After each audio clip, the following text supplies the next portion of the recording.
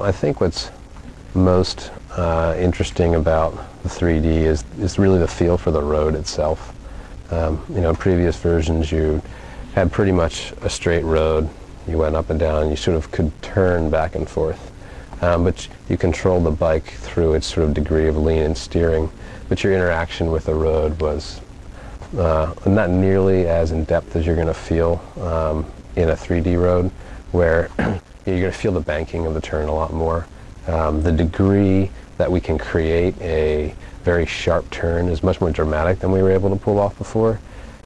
We want to make you interact with the environment significantly more than we did previously, and the environment is much more interesting for you to interact with because you can really come down through a curve like this. You can feel the bike, as you come over a hill, you can feel the bike start to speed up with as it accelerates going downhill, just from the physics model, not from you doing any change to your input. So we want the player to be able to react to that. We want the player to be able to, as he's starting to go through a turn and he heads into the turn too fast, I want you to really feel the back of your bike start to slide. Before we could shoot you sort of going off of the curvature, optimal sort of path of the curvature of the curve, but you couldn't really feel the banking of the curve hold you in place. In the bitmap version we had something around 300 to 400 frames of animation for all the bikers' moves in previous versions. We'll have well over 10,000 frames of animations in this game.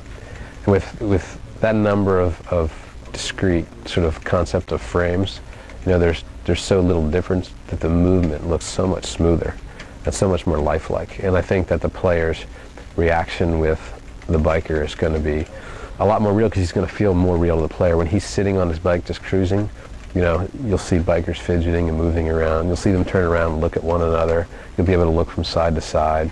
So those sense of interaction with the movement of the biker will be a lot more interesting.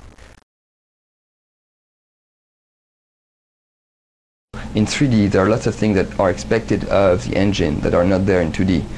The freedom of motion of camera is much larger, so you expect to be able to see around the biker, whereas when it was this sort of 2D.5 engine, you didn't expect as much of it.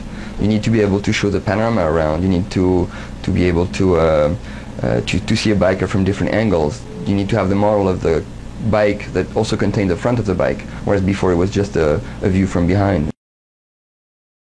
What we do is combine what we call panorama, which is basically a QuickTime VR-like technique, where we pre-render the parts of the world that are not in 3D at a given point with 3D geometry.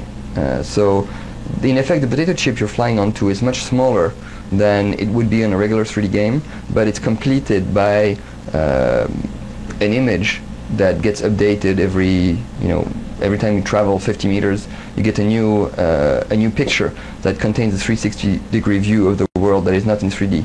And every time this a new panorama gets loaded, some new piece of geometry and some new textures come into view, and some behind you get out of your 3D environment.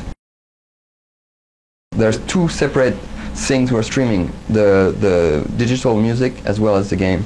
So there is a very kind of subtle game that goes into knowing when to load what and never being hit by the SIG on the CD. So the CD is going to be stressed a lot.